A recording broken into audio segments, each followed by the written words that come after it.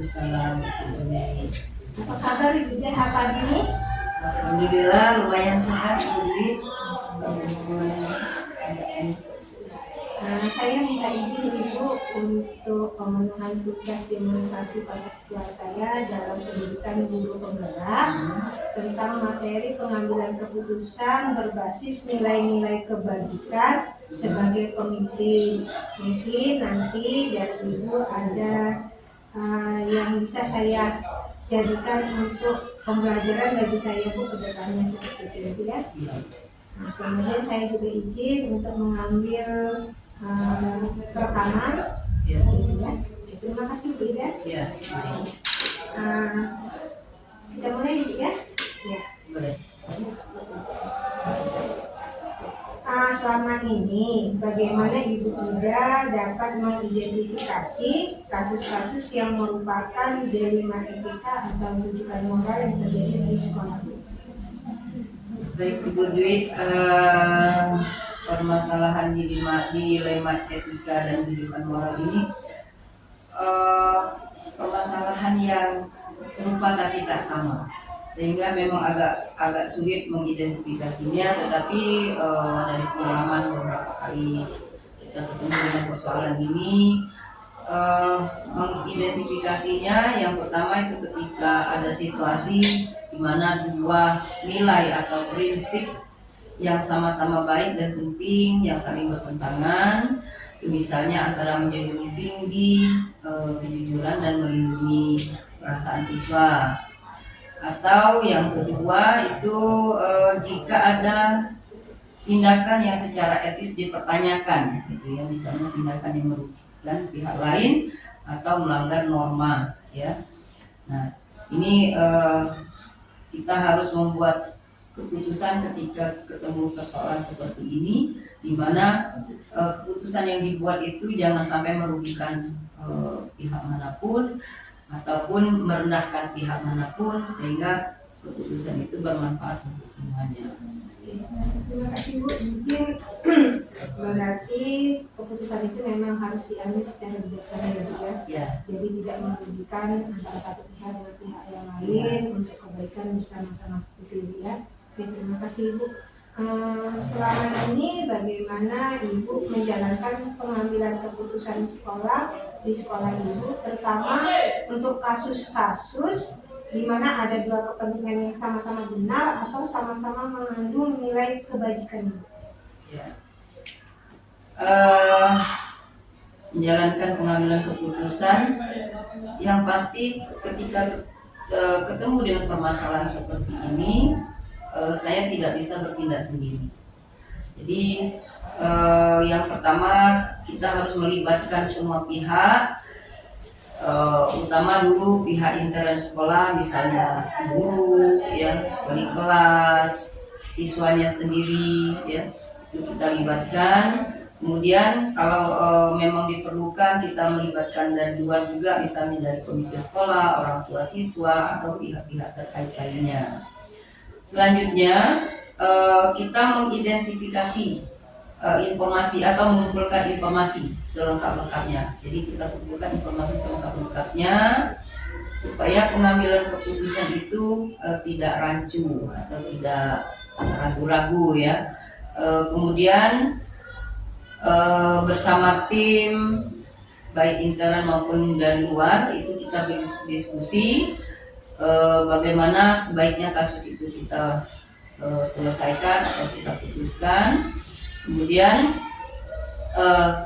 juga seringkali kita menggunakan prinsip-prinsip etika dan pedoman, ya, misalnya tata tertib sekolah itu yang kita jadikan pedoman, yang kita jadikan acuan dalam mengambil keputusan, sehingga keputusan ini benar-benar bisa dipertanggungjawabkan karena ada dasarnya, ada acuannya yang sudah disepakati.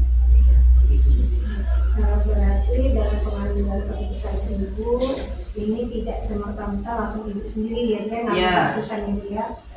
Harus berdiskusi dulu, kalau sendiri takutnya hasilnya itu tidak akurat. Terima kasih Bu. Berarti dapat saya simpulkan bahwa pengambilan keputusan Ibu ini berkolaborasi dengan guru, kemudian dengan siswa yang bersangkutan, kemudian dengan wali kelas, dengan orang tuanya, bisa dengan komite ataupun dengan dinas yang terkait. Berarti dengan masalahnya Situasi masalahnya seperti apa? Terima kasih Ibu. Kemudian langkah-langkah atau prosedur seperti apa yang biasa Ibu lakukan selama ini Bu, ketika mengambil keputusan untuk masalah tersebut? Kalau prosedur baku itu tidak ada, tapi kita menyesuaikan dengan permasalahannya. Kalau permasalahannya itu tidak terlalu kompleks atau tidak terlalu rumit, biasanya yang paling utama kita mengidentifikasi permasalahannya dulu, kemudian mengumpulkan informasi selengkap-lengkapnya, mengumpulkan fakta yang relevan, misalnya saksi mata, ya, bukti-bukti fisik dan lainnya. Kemudian kita membuat daftar lah, ya, daftar kemungkinan solusi, ya, membuat daftar kemungkinan solusi. Kemudian kita berkomunikasi dengan pihak-pihak yang terkait, kemudian berkonsultasi dengan orang lain, ya. Kemudian kita mempertimbangkan konsekuensinya, ya, baik konsekuensi jangka pendek maupun jangka panjang. Kalau keputusan itu kita buat, kita pikirkan kedepannya seperti apa, itu juga kita pertimbangkan.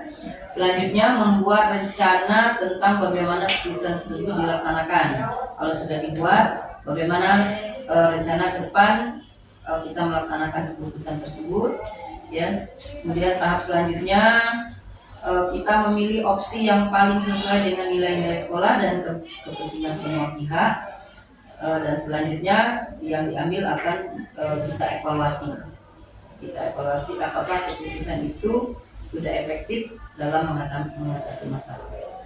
Kalau prosedur baku tidak ada, tapi menyesuaikan saja dengan permasalahan yang kita temui. Kalau permasalahannya tidak terlalu rumit, mungkin 1-2 langkah itu sudah bisa selesai. Kalau dia rumit, maka ini perlu langkah yang agak panjang, ya, supaya keputusan itu akurat dan bisa ditanggungjawab. Terima kasih Bu. Saya simpulkan Ibu dalam mengambil keputusan itu memakai langkah-langkah yang tapi yang dilihat lagi kedalaman masalahnya. Ya, masalahnya seperti apa? Terima kasih Bu. Bisa Bu kita lanjutkan ya? Ya, mari. Hal-hal apa saja yang selama ini Ibu anggap efektif dalam pengambilan keputusan pada kasus-kasus dilema etika yang terjadi di sekolah? Yang selama ini dilakukan yang efektif, ya, efektif dalam mengambil keputusan, yang paling penting utama itu adalah kerjasama, ya. Jadi melibatkan semua pihak yang berkepentingan atau yang terkait dengan permasalahan, berdiskusi, kemudian berembuk, kemudian yang kedua kita harus patuh, gitu ya, patuh terhadap nilai-nilai kejujuran, keadilan, kemudian kesejahteraan bersama, kemudian dengan pedoman, dengan peraturan, itu kita harus patuh pada hal tersebut. Selanjutnya juga kita perlu melihat dampak jangka panjang dan dari jangka panjang maupun jangka pendek, ya, jangka pendek atau jangka panjang dari keputusan yang kita ambil. Dan yang keempat itu kita harus jujur, gitu, terbuka, gitu ya, selalu mengupgrade diri.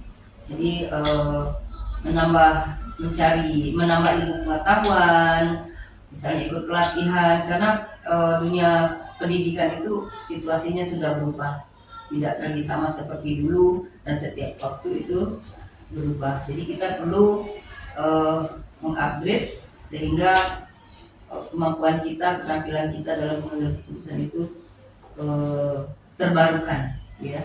Dan terakhir itu kita menghargai perbedaan pendapat, ya. Tetapi titik temunya harus ketemu di satu keputusan yang tepat. Ya, berarti menurut Ibu ketika pengambilan keputusan itu agar efektif itu pasti adanya kolaborasi Ya, kerjasama, harus kerjasama.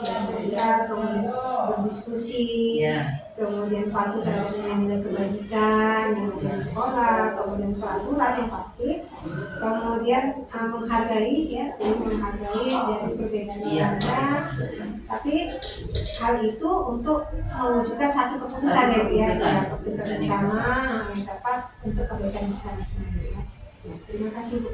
Kemudian hal-hal apa nih Bu yang selama ini yang merupakan tantangan bagi Ibu dalam pengambilan keputusan pada kasus-kasus dilema etika yang terjadi selama ini Bu?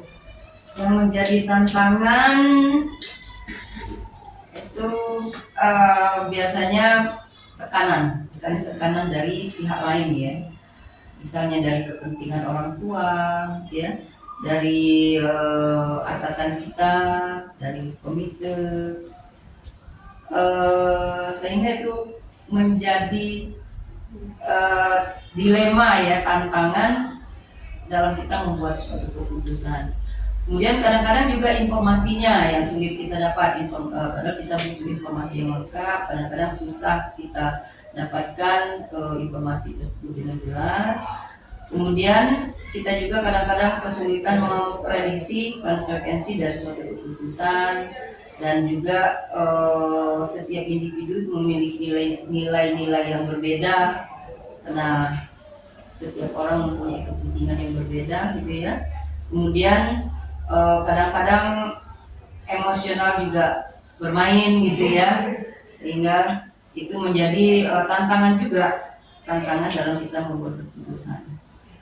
Ataupun juga ada dari tim kita sendiri yang kurang care gitu ya, kurang peduli, ataupun atasan kita yang memiliki kepentingan gitu ya, itu.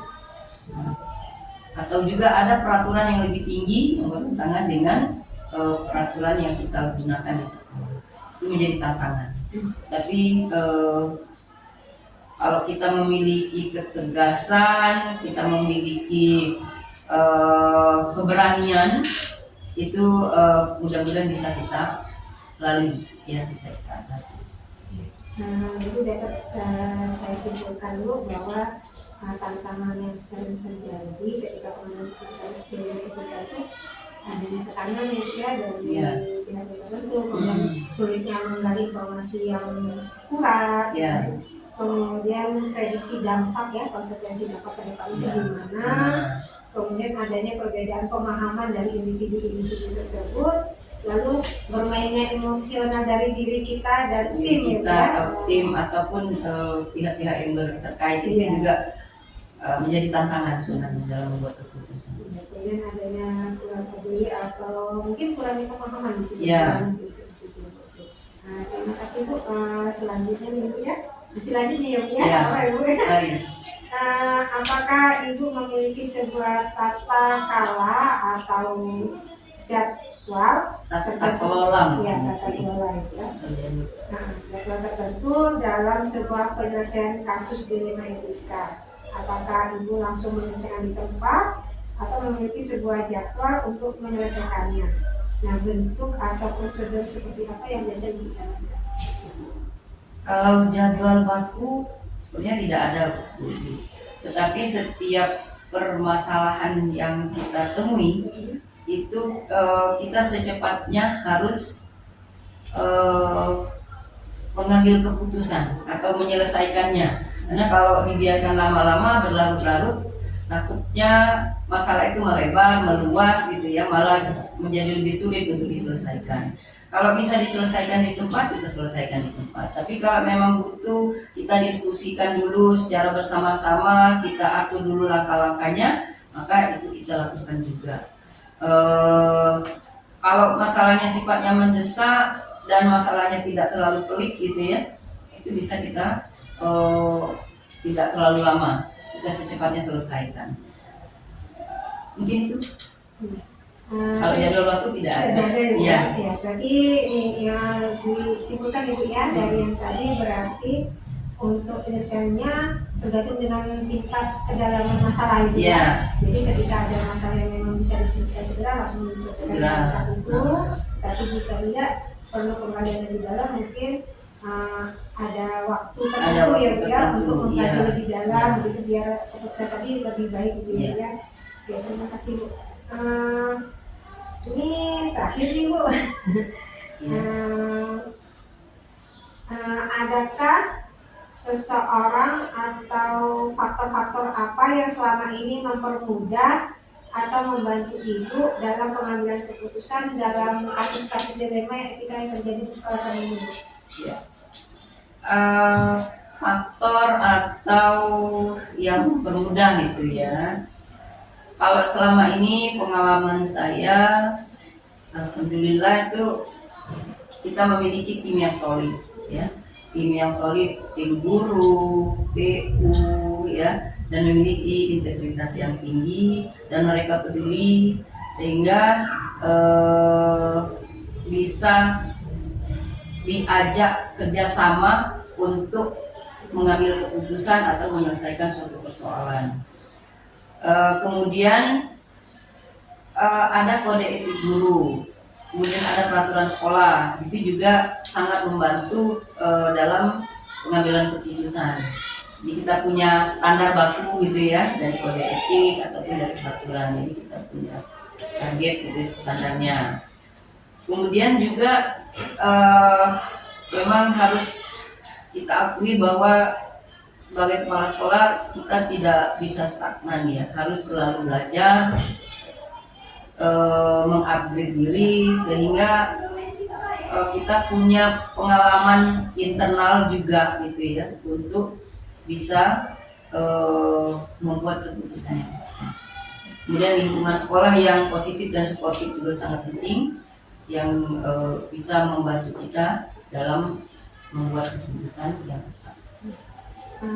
Kalau begitu artinya di sini untuk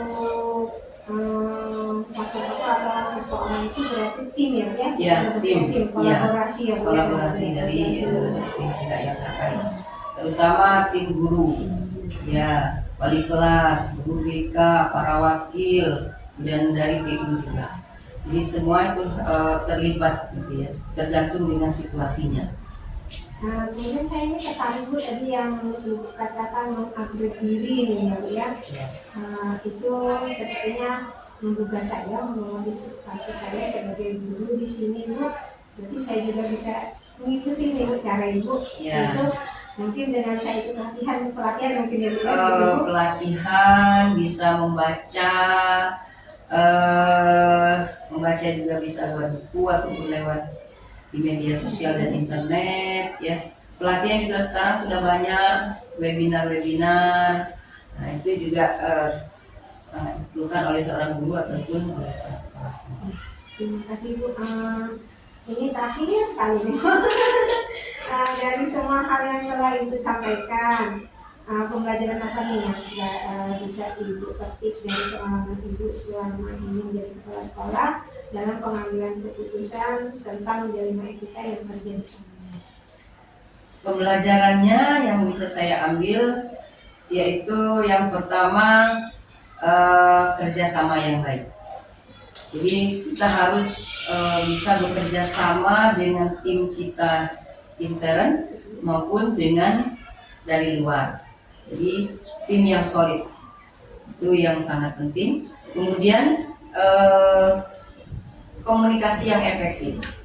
Komunikasi yang efektif ini saling terbuka gitu ya. Jadi jangan menyimpan suatu persoalan masing-masing individu, tapi ungkapkan, apalagi persoalan itu menyangkut orang lain gitu ya, terutama sekolah, tentang siswa. Kemudian informasi yang lengkap.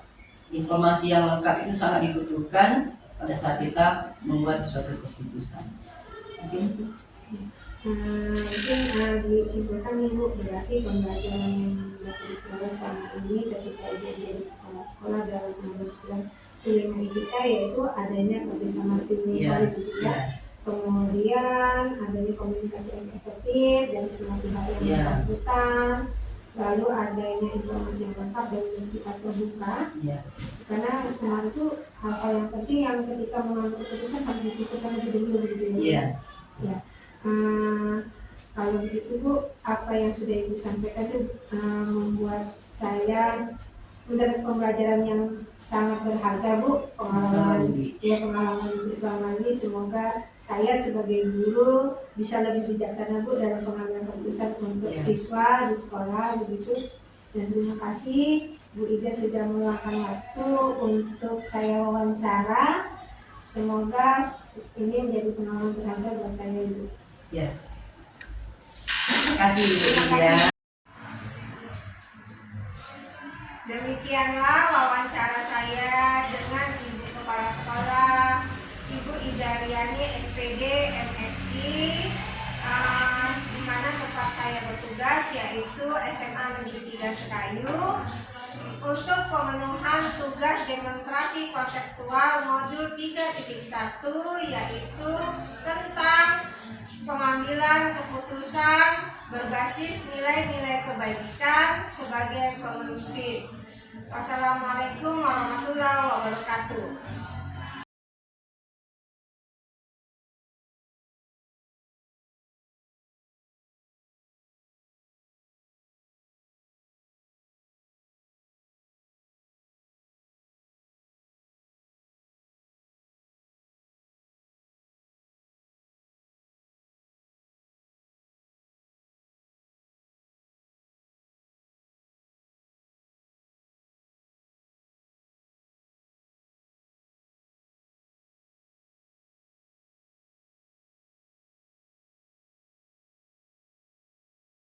Ya.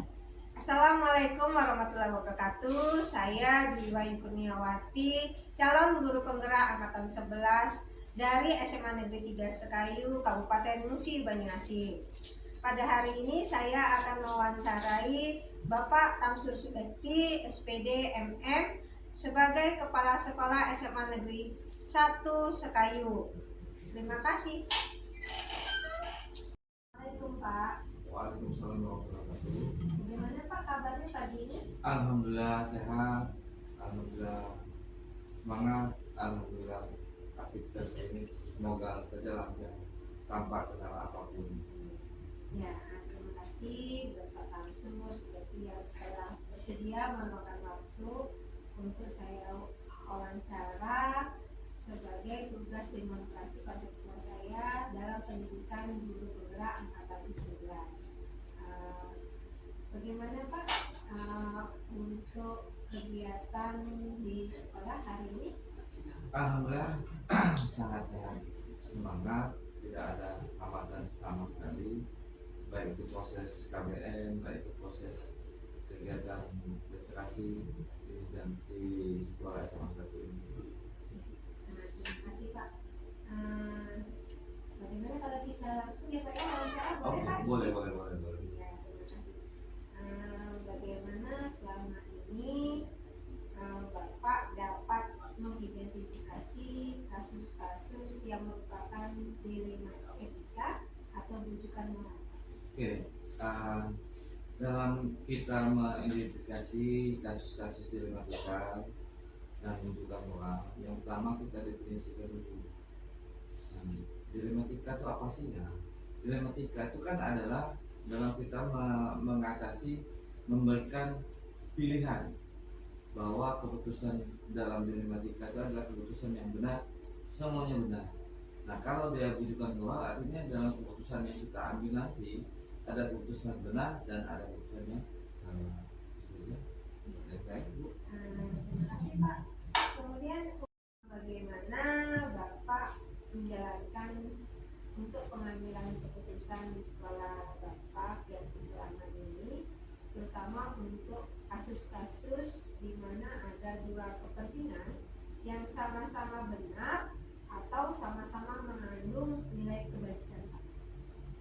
Yang pertama, kita tuh harus mendeskripsikan dulu bagaimana keputusan yang kita ambil nanti, apakah benar-benar tepat dengan sasarannya, apakah keputusan yang kita ambil nanti ah, apa itu salah dalam mengambil keputusannya, itu harus kita sikapi dengan sebijak-bijak. Oke, Pak. Kemudian untuk langkah-langkah atau prosedur seperti yang biasa Bapak lakukan selama ini, seperti apa Pak langkah-langkah yang pertama? Yang pertama, langkah-langkahnya kita tuh sebelum kita mengambil keputusan, yang pertama kita akan mengumpulkan data dulu. Data baik itu guru, baik itu siswanya, bagaimana kita mengambil keputusan itu bahwa kita harus mengumpulkan data dulu. Data harus sebelum kita menyatakan A dan B, itu kita kumpulkan data dulu. Habis itu kita analisis kasusnya bagaimana, apa yang harus kita ambil, apa yang harus kita lakukan, dampaknya bagaimana. Kedua, selanjutnya yang ketiga adalah konsultasi tim. Konsultasi tim dalam artian bahwa manajemen kita harus tahu, bahwa stakeholder di SMA ini harus tahu bahwa permasalahan kasus apa, analisisnya bagaimana, penyelesaiannya bagaimana. Dan selanjutnya itu kita tuh kalau sudah timnya sudah tahu, stakeholder sudah tahu, kita mencari solusi dan alternatif dalam pengambilan keputusan. Mana yang terbaik, mana yang bisa kita laksanakan. Nah, dalam keputusan itu solusinya ada, apa alternatifnya ada. Sekarang bagaimana evaluasi, ada tidak dampak-dampak dalam kita mengambil keputusan, yang sampai keputusan kita yang kita ambil tadi bermasalah di kemudian. Oke, Pak. Terima kasih untuk jawaban tentang langkah-langkahnya. Kemudian hal-hal apa saja yang selama ini Bapak anggap efektif dalam pengambilan keputusan pada kasus-kasus dilema etika yang terjadi di sekolah Bapak? Hal apa saja yang dilematik yang etika di sekolah saya? Yang pertama, masalah kedisiplinan guru, terus masalah kenakalan remaja, anak yang tak kalah pentingnya adalah hasil belajar. Kemudian adakah hal-hal yang selama ini yang merupakan tantangan bagi Bapak sebagai kepala sekolah di sini dalam pengambilan keputusan pada kasus-kasus dilema etika yang terjadi? Yang pertama, dalam hal keputusan kebijakan dilema etika itu yang jelas tantangannya dari dalam sendiri. Kenapa? Ada pihak-pihak yang punya kepentingan, yang memaksakan kepentingan satu sama lain. Yang kedua, kadangnya penyampaian kita dalam mengambil keputusan itu kurangnya informasi bahwa keputusan kita tuh nggak sampai dengan yang target.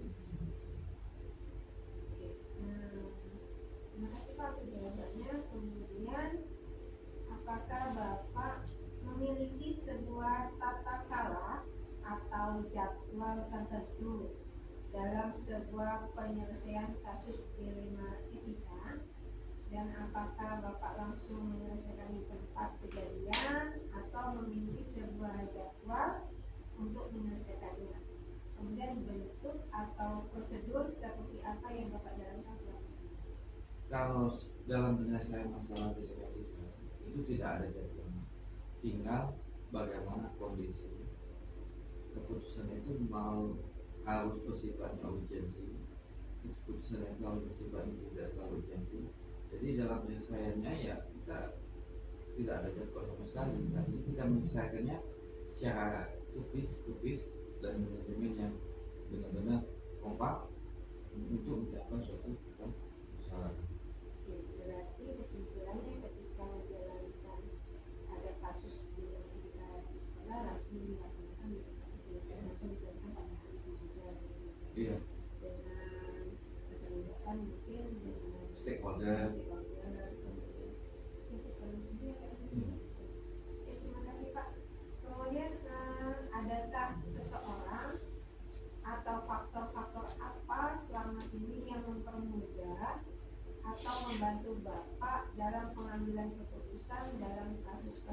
dilema etika yang terjadi di sekolah? Yang jelas kalau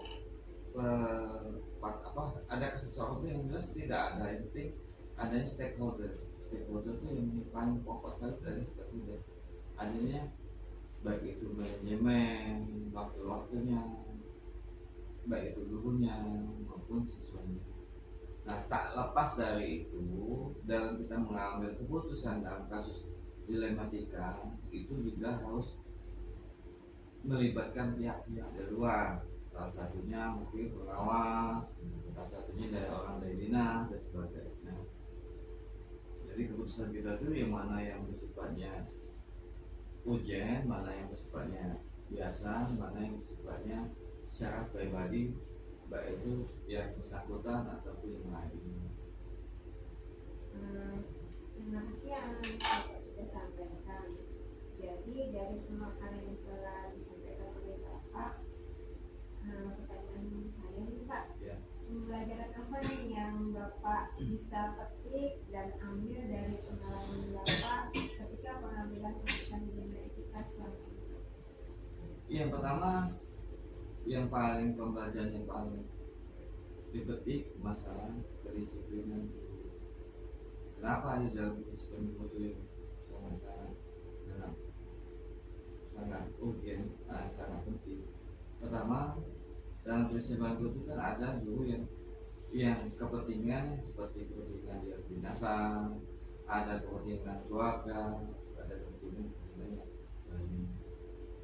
Kenapa dalam disiplin itu ada melibatkan yang lain dia yang harus benar-benar salah?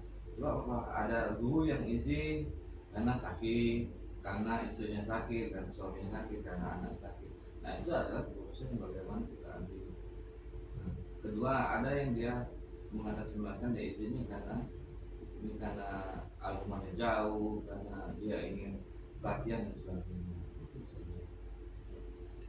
Terima kasih Pak atas kesempatan wawancara ini. Semoga apa yang kita lakukan sekarang menjadi pembelajaran, terutama bagi saya Pak, karena saya masih belajar di sini.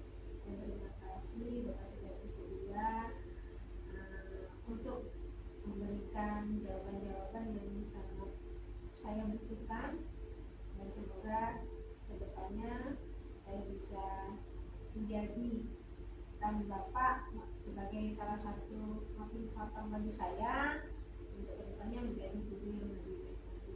Terima kasih Pak. Terima kasih. Assalamualaikum warahmatullahi wabarakatuh. Waalaikumsalam warahmatullahi wabarakatuh. Demikianlah wawancara saya, calon guru penggerak angkatan 11 dari SMA Negeri 3 Sekayu, mewawancarai Bapak Tamsul Subekti SPD MM, Kepala Sekolah SMA Negeri 1 Sekayu.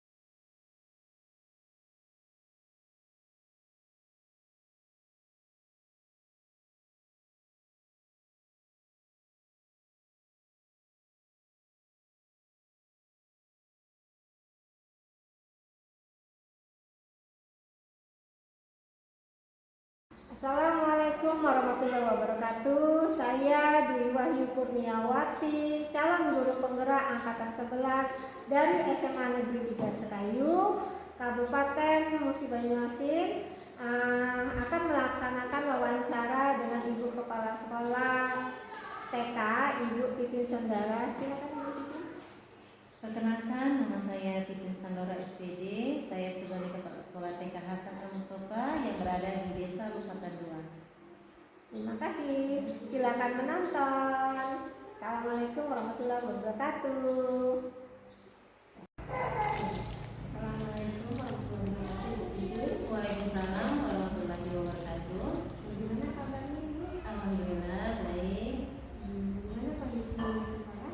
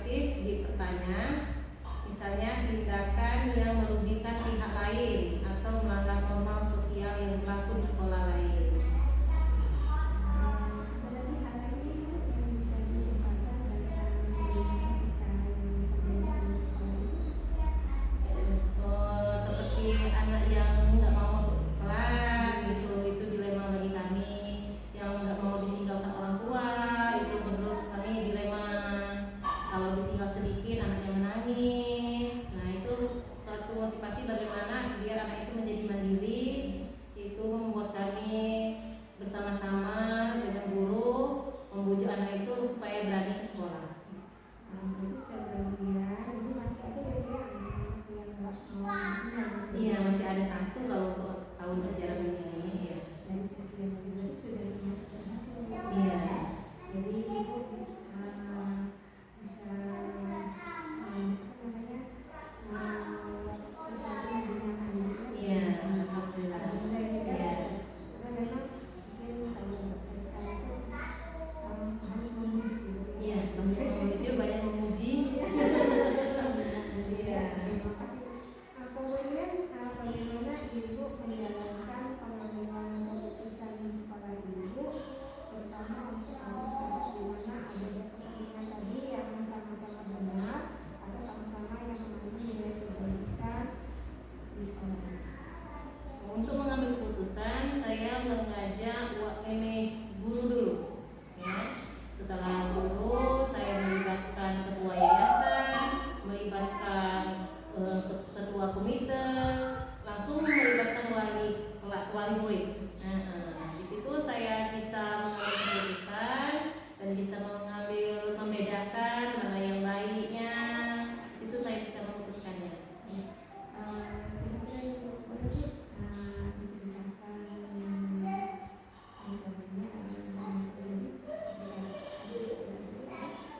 Untuk sampai saat ini belum ada kasus yang parah seperti itu, belum ada. Alhamdulillah semua yang terjadi sudah hampir 4 tahun ini belum ada kejadian seperti itu.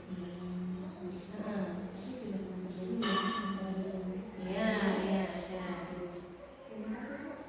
Kemudian selanjutnya Bu, untuk langkah wanita atau prosedur seperti apa yang biasa ibu lakukan ketika mengambil keputusan tentang permasalahan dari etika yang berkaitan dengan murid ibu ini. Oh yang itu, kalau yang untuk itu saya akan mengumpulkan identifikasi permasalahan tersebut. Dengan begitu saya dapat mengumpulkan informasi sebanyak mungkin. Kemudian saya akan membentuk tim yang terdiri dari orang-orang yang berkompeten dan relevan dengan masalah tersebut. Setelah semua informasi terkumpul dan dianalisis, kami akan mengambil keputusan bersama. Tentunya keputusan yang telah diambil akan segera kami diimplementasikan agar permasalahan segera terselesaikan dengan baik.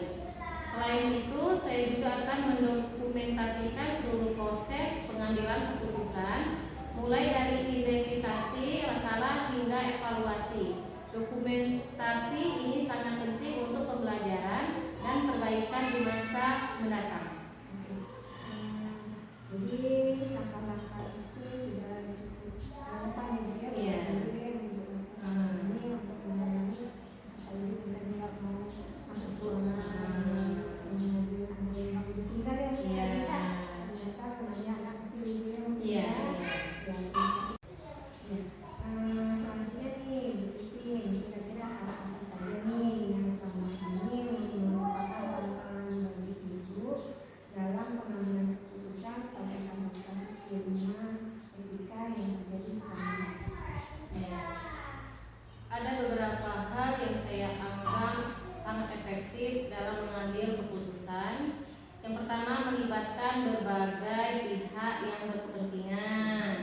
Yang kedua, dengan berpegang pada nilai-nilai seperti kejujuran, keadilan, dan kesejahteraan. Yang ketiga, tidak hanya perlu berdampak jangka pendek dari suatu keputusan, tetapi juga harus mempertimbangkan dampak dalam jangka panjang. Yang keempat, dunia pendidikan terus berubah. Ya, begitu pula tantangan yang akan kita hadapi. Yang terakhir, tidak semua akan memiliki pendapat yang sama. Oke, begitu Iya. kita lanjut lagi ya Bu ya untuk pertanyaan selanjutnya masih datang dari etika Bu ya. Ya, hal-hal apa saja nih yang selama ini menjadi tantangan bagi Ibu Titin dalam pengambilan keputusan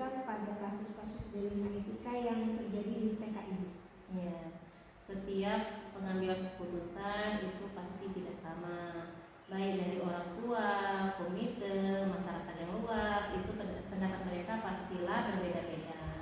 Nah, semua itu pasti akan berdampak kepada semua keputusan itu, ya.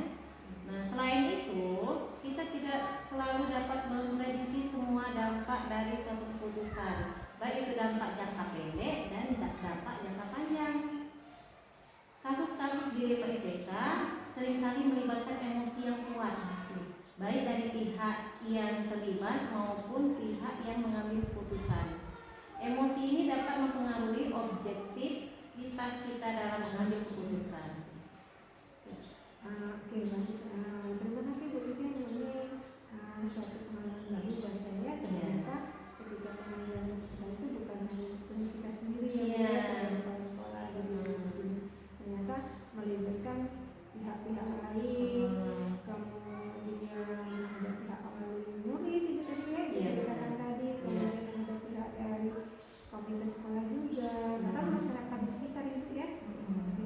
Jadi keputusan itu tidak semata-mata keputusan kita sendiri gitu ya, karena kita tadi melihat dampak luasnya dari terima kasih ini jawabannya. Untuk pertanyaan selanjutnya nih Bu Titin ya, apakah Ibu memiliki sebuah tata kelola atau jadwal nih di sini ketika dalam sebuah penyelesaian kasus dilema etika yang terjadi di TK, apakah Ibu langsung menyelesaikan di tempat atau memiliki sebuah jadwal untuk menyelesaikannya? Bentuk atau prosedur seperti apakah yang Ibu jalankan selama ini? Jika masalah bersifat mendesak, maka saya akan secepatnya mengambil keputusan, ya. Jika menimbulkan dampak negatif yang serius, maka saya akan berusaha menyelesaikannya secepat mungkin. Kemudian bila masalah yang kompleks atau tertentu membutuhkan waktu yang lebih lama untuk diselesaikan, ini melibatkan pengumpulan data yang lebih banyak. Mengumpulkan data yang lebih banyak, diskusi mendalam dan mempertimbangkan yang akan datang. Yang lebih matang, bukan akan datang, yang lebih matang, ya. Sudah berpikir, baru yang sudah banyak keputusan yang sama, sudah matang, baru saya putuskan. Dan jika banyak pihak yang terlibat di masalah ini, maka proses pengambilan keputusan akan membutuhkan waktu yang lebih lama. Jadi setiap pengambilan keputusan itu kalau mendesak saya akan segera lakukan, seandainya membutuhkan jangka waktu lama, saya akan mengumpulkan data sebanyak mungkin. Baru setelah itu nanti baru mengambil keputusan. Iya, baru mengambil keputusan. Untuk pengambilan keputusan ini pasti melibatkan yang lain juga ya. Iya. Katakan tadi kalau mendesak saat itu juga. Iya. Misalnya nih Bu, contoh-contohnya yang pernah terjadi nih, ya. Secara misalnya pernah didik Ibu, Iya. misalnya berkaitan dengan apa? Ini harus pengelolaan seandainya anaknya sudah lama tidak masuk sekolah, ditanya kabar tidak ada kabar, nah baru saya membuat surat untuk memanggil orang tuanya. Dan itu tentu orang tuanya pasti datang itu ya? Iya. Dan bisa diselesaikan. Iya. Alhamdulillah ya. Tapi masih sedia. Iya. Nah, terima kasih Ibu. Selama ini ketika Ibu pengambilan keputusan untuk dilema etika yang terjadi di TK Ibu ya, apakah ada seseorang atau faktor-faktor apa nih yang selama ini bisa mempermudah Ibu atau membantu Ibu dalam pengambilan keputusan dalam kasus-kasus dilema etika yang terjadi selama ini?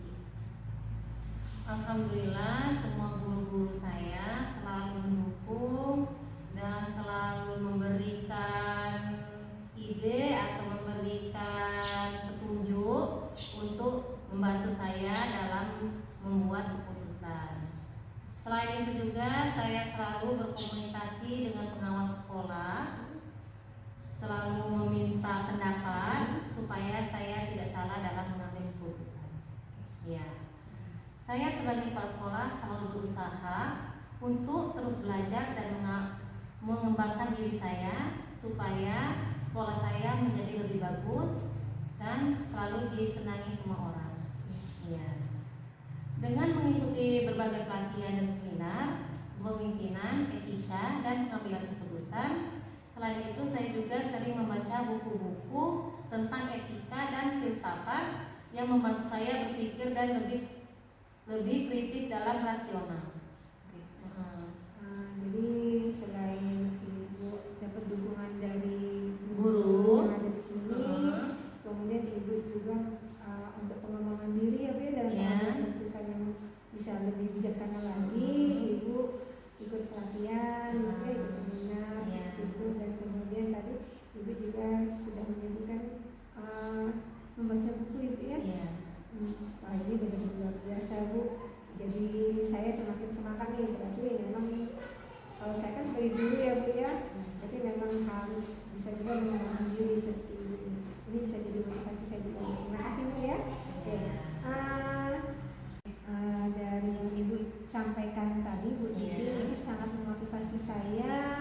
Mungkin nanti saya bisa ikut juga tips Ibu tadi ya, untuk mengembangkan diri tadi ya, dengan berbicara tadi dengan membaca buku, kemudian ikuti pelatihan, seminar, kemudian koordinasi dengan pimpinan, lebih itu kan dari kepala sekolah berarti dengan pengawas sekolah ya Bu ya. Iya, dengan pengawas sekolah. Saya mungkin nanti berkolaborasi dengan kepala sekolah saya, berkolaborasi dengan pimpinan kepala sekolah saya.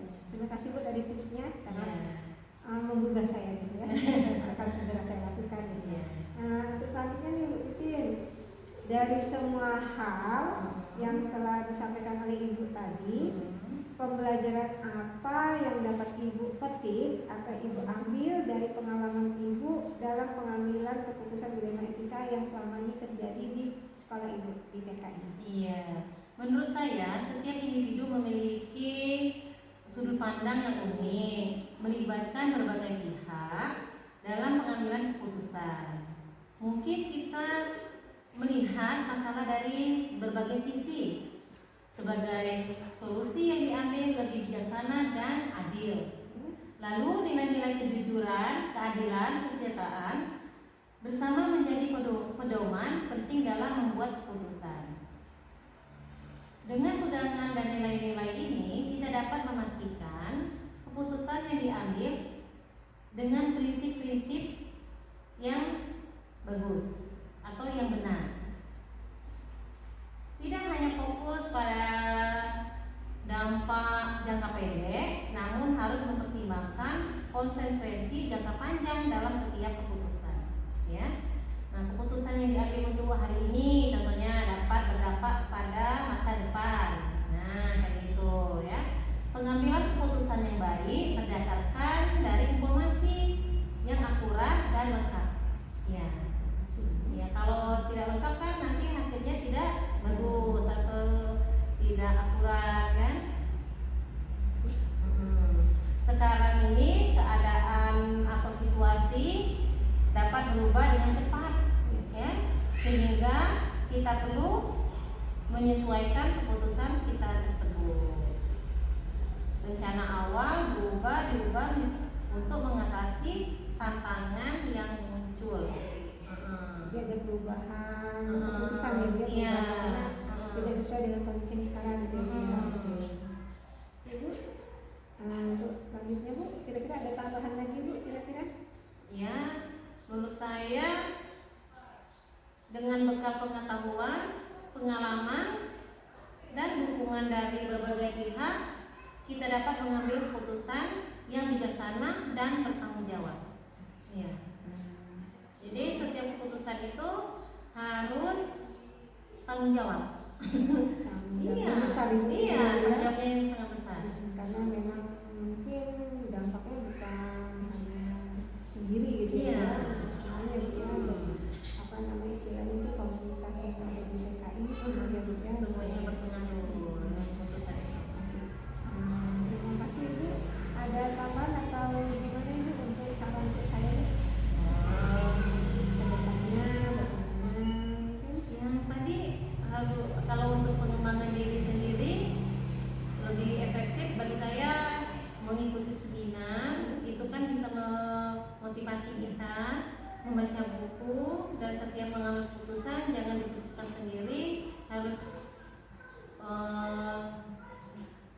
bersama dengan teman-teman, konsultasi dulu. Nah, baru kita bisa mengambil keputusan. Oke, terima kasih Bu sarannya. Berarti memang pengambilan keputusan itu tidak semata-mata langsung hari itu buru-buru gitu kan ya, jadi harus ada pertimbangan gitu ya. Terima kasih Bu Titin sudah membantu saya nih ya menjawab pertanyaan-pertanyaan dari tugas saya untuk tugas demonstrasi kontekstual modul 3.1 dalam pendidikan guru penggerak, yaitu pengambilan keputusan berbasis nilai-nilai kebajikan sebagai pimpinan gitu. Jadi wawancara ini tujuannya saya itu bisa mendapatkan pengalaman ya, tadi sudah Ibu ceritakan tadi sudah sangat-sangat banyak Bu pengalamannya. Terima kasih. Semoga kedepannya nanti saya khususnya dan Ibu juga kita sama-sama memajukan dunia pendidikan itu ya. Kalau itu kan di TK seperti itu, semoga kita di sini dari maju dengan di bawah pimpinan Ibu, kemudian lebih berkembang. Bahkan tadi jumlah pesertanya ini sudah 70 Ibu, lumayan banyak. Berarti ada berapa kelas? Untuk kelasnya kami menjadi 3 rombel. Ada kelompok A 1 rombel, kelompok B 2 rombel. Sudah cukup banyak Bu di sini ya. Berarti kan lumayan banyak peserta didikan juga. Dan saya sangat-sangat berterima kasih banyak. Semoga semua ini bermanfaat bagi kita semua Ibu ya. Amin, amin ya rabbal alamin. Saya sangat-sangat berterima kasih karena Ibu sudah meluangkan waktunya di sela-sela kesibukan mengurus adik-adik kecil ya. Yang TK yang Masya Allah, saya yakin harus penuh kesabaran luar biasa ya. Ibu juga sebagai pimpinan seperti itu. Dan lain waktu mungkin saya sepuluh nanti bisa berkunjung kembali. Iya, boleh. Bersilaturahmi dengan Ibu untuk berbicara atau berbincang sekedar menambah pengalaman. Boleh, datang saja langsung ke sini. Terima kasih Bu banyak ya. Ibu Titin. Assalamualaikum warahmatullahi wabarakatuh. Waalaikumsalam warahmatullahi wabarakatuh. Demikian wawancara saya dengan Ibu Titin Sandora SPD sebagai pimpinan Kepala Sekolah TK Hasan Al Mustafa yang beralamat di Jalan Raya Sekayu Palembang, Dusun 4, yaitu di Desa Lempatan 2, Kecamatan Sekayu, Kabupaten Musi Banyuasin. Semoga wawancara ini memberikan banyak manfaat, kemudian memberikan pengalaman tersendiri bagi saya sebagai calon guru penggerak angkatan 11 yang sedang melaksanakan pendidikan guru penggerak angkatan 11 dalam mempelajari modul 3.1, yaitu pengambilan keputusan berbasis nilai-nilai kebajikan sebagai pimpinan. Terima kasih. Wassalamualaikum warahmatullahi wabarakatuh.